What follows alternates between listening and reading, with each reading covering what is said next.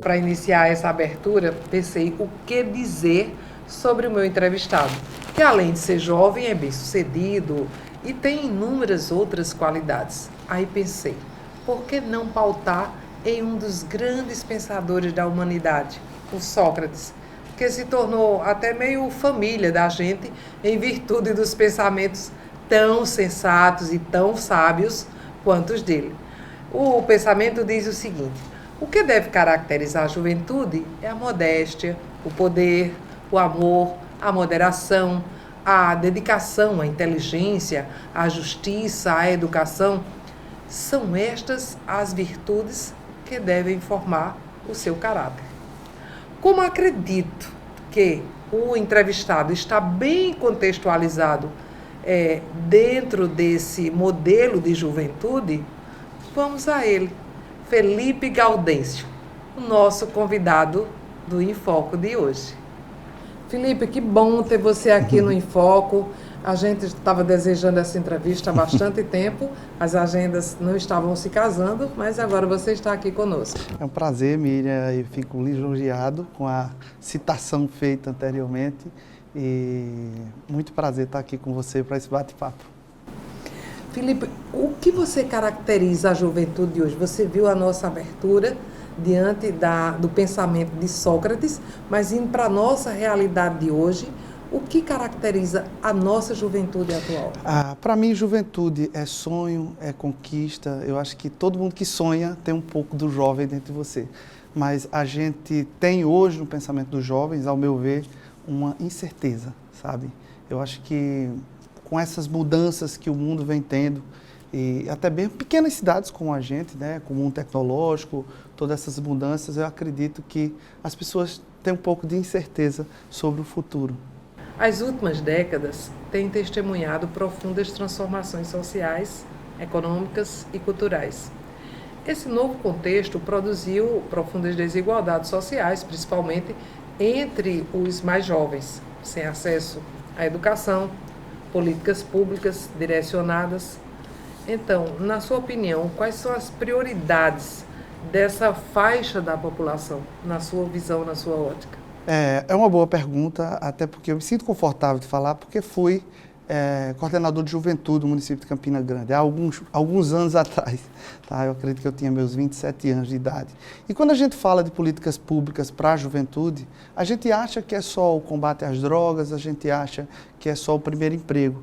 E falar de juventude é uma coisa mais ampla. A gente tem a situação da gravidez na adolescência, que é uma gravidez não desejada, por exemplo, não planejada. A gente tem a situação de pais agressivos, a gente tem o cuidado, o controle da saúde preventiva nesse nicho de pessoas, tá certo? E quando a gente fala no primeiro emprego, eu acho que pesa bem. Não basta só a população ter toda essa colocação de saúde, de educação, porque tudo que a gente estuda, por exemplo, é para se preparar para algo, sabe? E eu vejo que esse preparo ainda é muito carente em relação à educação. E para você, a educação seria a prioridade dessa faixa etária? Eu acho que sim. Logicamente que são pilares, né? Educação, saúde, né? Mas o primeiro emprego possibilita o jovem andar com as próprias pernas. 1/3 do eleitorado brasileiro é formado por pessoas de 16 a 33 anos. Esse mesmo jovem eleitor vê na situação política e social do país um ambiente incapaz de lhe ouvir e atender suas necessidades. No seu entendimento, como aproximar a política e o jovem cidadão? O que eu vejo é o primeiro ponto para a mudança é pessoas como você, como eu, pessoas normais se interessarem em colocar o nome à disputa, sabe? Eu não tenho interesse mais, sabe? Eu já dei a minha parcela, já coloquei meu nome lá, mas assim, eu acredito que vem mudando, sabe? A gente vê que o jovem está mais antenado na situação do que de fato é a política, né? A política não é só naquele período eleitoral, onde a gente pega o voto, que é um dos bens mais preciosos que a gente tem, porque ali a gente está depositando o futuro em uma ideia. Nosso voto é um depósito, eu acredito nessa ideia, né? Onde a gente pode colher bons frutos ou mal frutos, sabe? Mas eu acredito que o jovem, sim, com a globalização virtual que está tendo, eu acredito que o jovem esteja antenado. Não sei se eu vou viver para ver isso, porque é uma mudança lenta, né? Mas eu acredito que ele esteja antenado e que é o primeiro passo para uma mudança, sabe? A gente vê que ele vem cada vez mais, meio que sem perceber, mas entrando em assuntos políticos. Mais de 11 milhões de jovens no Brasil estão enquadrados no que se convencionou chamar de geração neném. Nem estuda, nem trabalha. Na sua análise, a que se deve esse fenômeno? E, a longo prazo, quais os efeitos dessa geração neném para o crescimento do país, para o crescimento do nosso Brasil? Na verdade, essa geração nem trabalha, nem estuda. Né? É uma geração que me preocupa, até porque se está difícil hoje, no futuro vai ficar mais difícil ainda. Em São Paulo, a gente já encontra lojas sem um funcionário. Você entra, você faz um reconhecimento facial, você entra na loja, você pega os produtos, imagens de câmeras captam toda essa colocação do que você colocou na sacola, sai, paga com o seu aplicativo, cartão de crédito e vai embora. Onde é que eu quero chegar? Os postos de trabalho vão ser diminuindo gradativamente com a tecnologia, sabe? E isso é assim, a gente nem percebe. Os supermercados já implantaram, inclusive Campina Grande, como é uma cidade extremamente tecnológica, você já passa num supermercado em Campina Grande, em alguns supermercados, e você já passa seu produto lá, sem precisar de ninguém, coloca na sua sacola, faz o pagamento no seu cartão de crédito e tudo certo. Tem muita gente que diz, o robô ele vai substituir o humano? Não, o robô nunca vai substituir o humano, mas ele vai selecionar pessoas capacitadas para operar a máquina, por exemplo, e para estar ali. Porque o relacionamento, nós somos seres relacionáveis, né? Então, o relacionamento é muito importante para qualquer negócio. E quando eu me refiro que vai ficar pior, né? Vai ficar cada vez mais difícil, vou lhe fazer uma pergunta. Cadê os pendrives? Pendrive é uma coisa atual, né? E a gente não encontra mais. Por quê? Porque surgiu as nuvens. Então, as coisas vão acontecendo e a gente não vai percebendo. O Facebook já tem um estudo com 2 cidades na África, eu não me recordo o nome das cidades, que é testando a renda universal. Porque eles dizem que no futuro, as pessoas, quando nascerem, vão ter uma renda universal, porque, de fato, ele precisa se manter e vai acontecer a falta de emprego, sabe? E ele quer ver como é que essas pessoas vão se comportar recebendo dinheiro. Será que elas vão empreender ou será que eles vão ficar acomodados com aquilo que recebem, sabe? Outro ponto importante nessa questão, eu acho que é o papel da família, sabe? A família ela precisa ser muito presente na colocação de orientação dessa geração neném, sabe? E eu acredito que nessa nova década a gente teve sim um pouco de perda de controle da situação família perante os jovens. Você, Felipe, tem uma energia e dinamismo invejáveis. Como jovem empreendedor no currículo, tem a administração de uma rede de academias de ginástica em toda a Paraíba.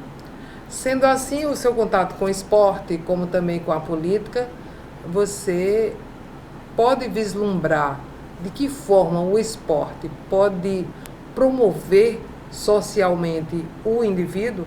Como promover o esporte de maneira benéfica para a sociedade? Além do esporte transformar vidas, né, a gente tem N casos de pessoas que, por exemplo, saíram das drogas com o esporte. O esporte é um verdadeiro plano de saúde, né, comprovado. Porque você utiliza aquela arte, você utiliza aquela atividade para ficar melhor, ou seja, não precisar de remédio. Como diretor da ACAD, que é uma associação das academias nacional, a gente representa 1.250 academias, nós estamos agora com uma parceria com a OMS, onde nós vamos, quando eu falo nós, o setor de academia ginástica, nós vamos estar incluso em um projeto para a gente diminuir, tá, o índice de sedentários no país. Porque na última década, em vez de diminuir, aumentou. Sabe? O Brasil é um dos países mais sedentários do mundo. E o esporte, ele além de mudar, eu acredito que ele precisa ser incentivado, que diga. Eu acho que os poderes públicos precisam sim olhar mais por esse lado do esporte. Geralmente, uma secretaria de esporte é aquela que tem um menor orçamento, né? E eu acredito que ela precisa ser... coordenador de esporte. Eu acredito que fui coordenador de juventude, que envolve esporte, né? Mas eu acredito que ela precisa ter mais olhos, pedindo para aquilo ali. Felipe, você deve ter observado que a forma de comunicar sofreu uma verdadeira revolução na última década. Comunicação sem fronteira e as redes sociais com alcance nas mais variadas faixas de público deu outra dimensão ao chamado palanque político. Como você vê a influência do marketing digital na política, já que ela substituiu os antigos palanques tão famosos, onde o político realmente ganhava a eleição? Mas você só vai responder isso no nosso próximo bloco. Vamos para um pequeno intervalo, voltamos daqui a pouquinho, mas não saiam daí.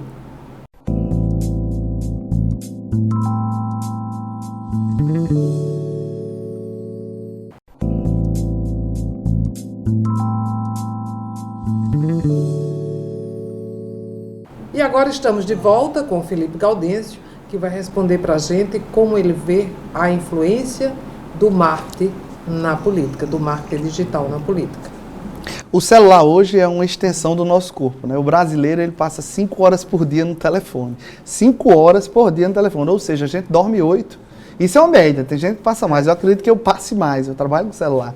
Mas, logicamente, que influencia totalmente. A gente vê aí gerações de comunicadores virtuais que se destacam na política pelo poder que tem de dissipar as suas ideias, sabe? Então, eu acho que vai ser crucial, já está sendo, foi na última campanha, e eu acredito que essa situação de conhecimento digital para o político é muito importante.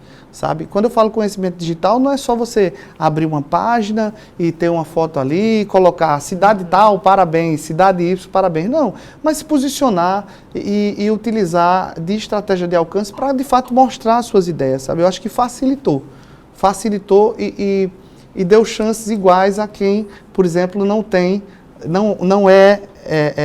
como é que se diz? Não tem um poder aquisitivo tão grande. Muitos políticos ainda encaram o marketing digital de maneira muito rudimentar, onde apenas criar uma página nas redes sociais, publicando apenas para contabilizar curtidas, pode alavancar as campanhas. Entretanto, não vemos estabelecimento de conexões ativas e interativas. Você acredita que na próxima campanha 2020, esta ferramenta será bem explorada em sua real potencialidade? Eu acredito que a humanidade tem que se acostumar com isso, que hoje todo mundo tem uma TV. Assim, hoje todo mundo tem um celular, hoje todo mundo gera conteúdo. Eu acredito e entendo que o político que não consegue gerar conteúdo, esse não merece o meu voto. Sabe? Porque quando a gente elege alguém, a gente está optando por uma representação para que nos represente em determinado segmento. Tá? Nós vamos ter um pleito agora no Executivo e o que é o trabalho de um Executivo? Eu penso numa cidade como uma empresa, sabe? Onde a lucratividade dessa empresa é o bem-estar da população, sabe? Então, como é que eu vou votar numa pessoa que não consiga gerar um conteúdo, ou seja, expor as suas ideias, né, ali naquele canal que é tão precioso hoje? E se o brasileiro passa 5 horas por dia, que é uma extensão do seu corpo hoje você pega o celular para tudo. Você pega o celular para ver o endereço, você pega o celular para comprar alguma coisa, você pega o celular para falar com um amigo, né? Então, eu acredito que sim, que vai ter um diferencial muito grande. Né? Você antes conseguia assistir só a televisão ou ver só o celular.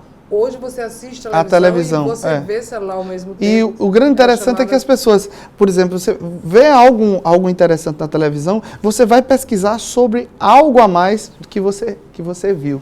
Né? Você Então, eu acho que mais detalhes. E quanto o uso negativo dessas mídias, eu acredito que o brasileiro, o mundo está cada vez mais antenado que nem tudo é verdade, sabe? E procura meios sérios para estar constatando aquela Esse seria um caminho que você orienta de procurar fontes mais idôneas.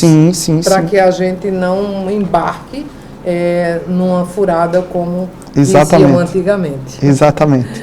Felipe, ao mesmo tempo, vemos que a outra face negativa dessa revolução da comunicação são as controvérsias do fake news, destruindo a credibilidade, inclusive, do que é fato, dando valor às mentiras. Como você analisa esse fenômeno atual dentro da política nacional que a gente tem comprovado, inclusive, com o presidente Bolsonaro, com os filhos dele, e que uma hora afirma, outra hora nega, uma hora é fato, outra hora é fake news. E fica a população muito confusa com tudo isso. Qual a sua análise? Eu vejo que as leis ainda estão muito primárias nesse aspecto de leis digitais, né? Mas é algo que eu acredito que o brasileiro já esteja identificando o que é real e o que não é, sabe? Acho que ele já está buscando outras fontes, né? Para que também não corra... Você acha, Felipe, que nós chegamos a esse estágio? Não chegamos ao estágio, mas eu acho que iniciamos, sabe? Quando a gente fala das classes menos esclarecidas, eu acredito que não, pensando direitinho. Mas a classe mais a gente vê que intelectual, ela já percebe.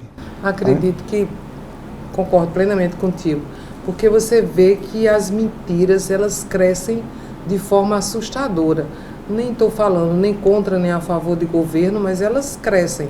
E elas têm tido uma grande ajuda das plataformas. Passou a ser estratégia política por parte de alguns. É isso que você está mostrando. Outra coisa, Felipe, uma grande problemática atual vem sendo o tema de debates em vários campos, inclusive nos tribunais. É o comércio de dados de navegação dos usuários. Conhecimento sempre foi poder, não resta a menor dúvida. Na sua visão, os dados dos usuários são a nova moeda de poder? Mas você só vai responder isso após o nosso intervalo. Vamos para o terceiro bloco, voltamos daqui a pouquinho. Não saiam daí, quero a sua audiência. Até já!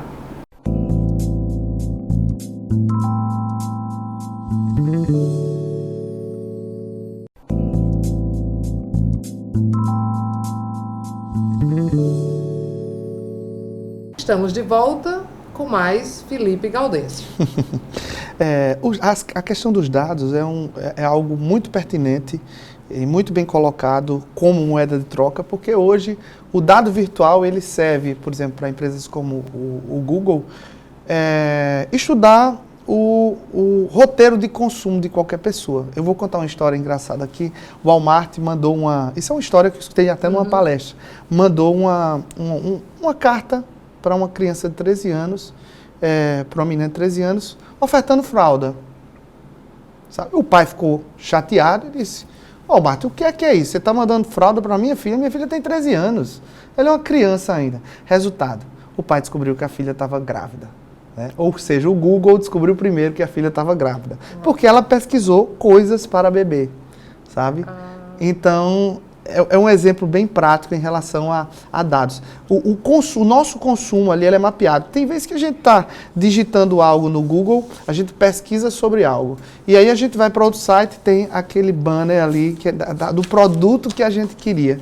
É justamente esse estudo.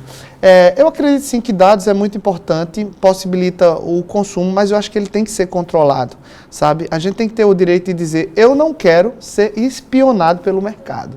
Né?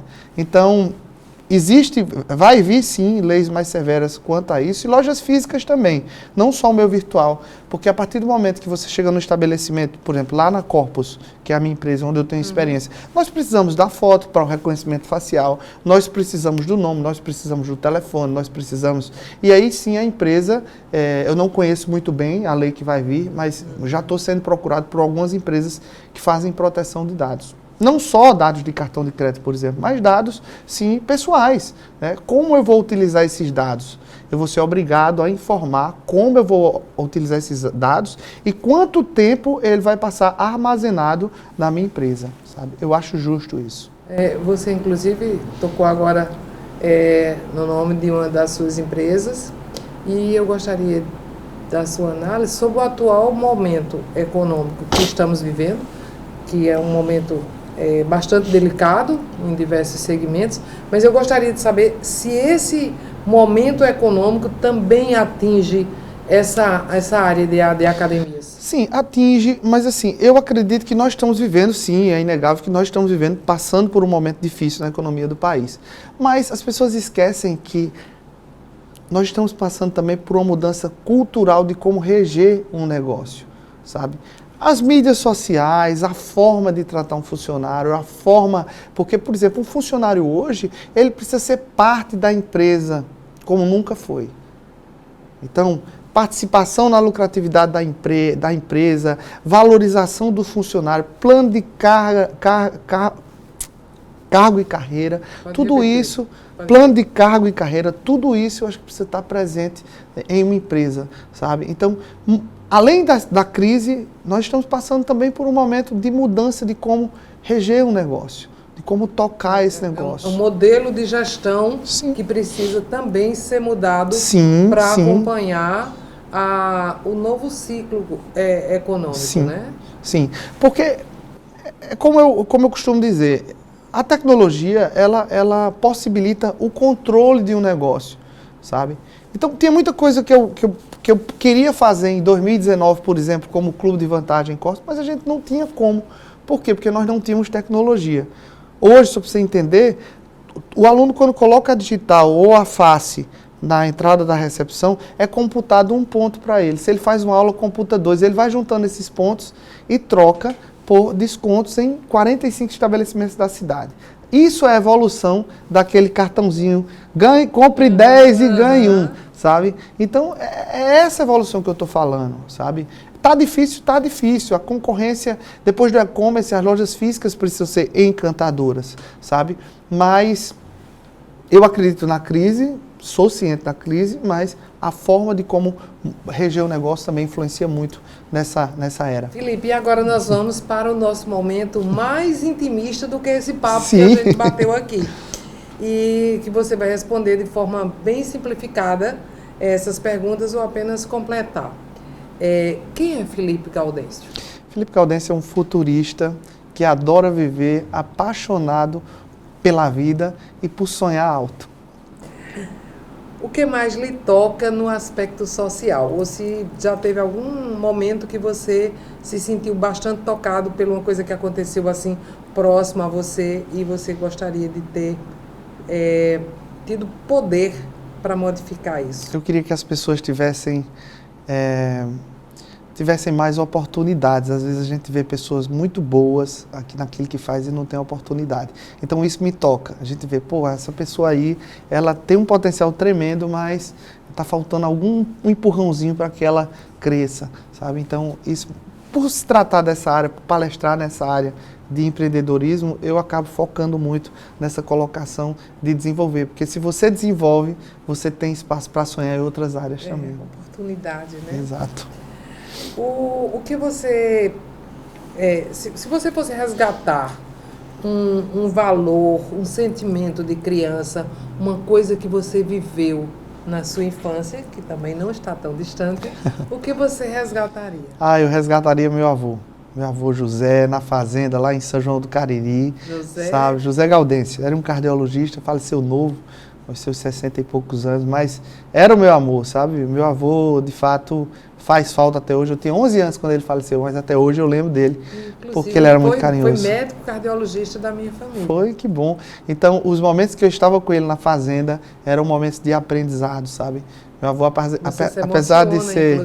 Sim, sim, porque foi uma pessoa que marcou muito, sabe? Acho que todo mundo que dá carinho a gente, dá amor e dá conhecimento, eu acredito que merece ser lembrado. Eu acho que estamos vivendo um momento de muita carência afetiva, que inclusive caminha para outras coisas, para a necessidade de psicólogos, de terapias, de uma série de coisas e desencadeia, inclusive, não estou dizendo isso com propriedade, porque não tenho propriedade para isso, mas é que eu escuto dos profissionais da área, como psiquiatras e psicólogos, que os grandes problemas hoje existenciais, que tem síndrome síndrome do pânico, que leva as pessoas para, muitas vezes, cometer algum suicídio, tem sempre origem de carência, quando não é, obviamente, uma origem extremamente médica. Né? Eu escutei uma música um dia que ela dizia assim: todo mundo tem suas próprias guerras, ame mais e julgue menos, sabe? Eu fiquei maravilhado com essa música, porque de fato eu acredito que a gente precisa pensar mais nos outros, sabe? E as pessoas estão sempre prontas para fazer juízo de valor, né? Uhum. Eu costumo dizer que minha missão é dominar o meu mundo. Todos nós temos um mundo. E às vezes a gente acha que o mundo é muito grande, mas se a gente é lembrado, como meu avô me fez lembrar dele, pelo nosso mundo, ou seja, pelas pessoas que nos cercam, eu acho que é o primeiro passo para que a gente tenha uma melhora na nossa vida. Antes de querer cuidar do mundo dos outros. O que é sagrado para você? Sagrado são crenças. Eu sou um cara que respeita todo tipo de crença, tenho a minha crença, mas as pessoas esquecem em respeitar o próximo, sabe? Mas toda religião, por exemplo, tem coisas positivas e negativas. Eu costumo captar o que é de positivo. Que bom. Qual seria a sua hashtag de hoje? Hashtag bate-papo bacana. Bom demais. Felipe, infelizmente terminamos o nosso tempo. A palavra é sua, para suas despedidas e avaliação final. Foi um prazer, Miriam, estar aqui com você, compartilhando um pouco nesse bate-papo bacana, de situações que se passam por esse mundo. Agradeço aqui a Alex, uma pessoa que eu admiro muito, inclusive, jovem, né? E eu venho acompanhando a trajetória dele, sabe? E é um prazer imenso estar aqui. Espero voltar mais vezes, tá? Você que é nossa aluna, eu às vezes encontro com você nos corredores lá treinando. Alex, eu não tenho visto tanto. Eu tô meio relapso, Mas é sempre um prazer estar na companhia, na companhia dele e de vocês. Agradeço a todo mundo. Felipe, parabéns inclusive pelo prêmio que Obrigado. Recebe. E muito, muito bom ter você aqui. Mas as portas estão abertas à nossa mesa para outros debates, para outros bate-papos igual a esse. Que bom. E assim terminamos por hoje o nosso Em Foco. Até o nosso próximo encontro. Até lá.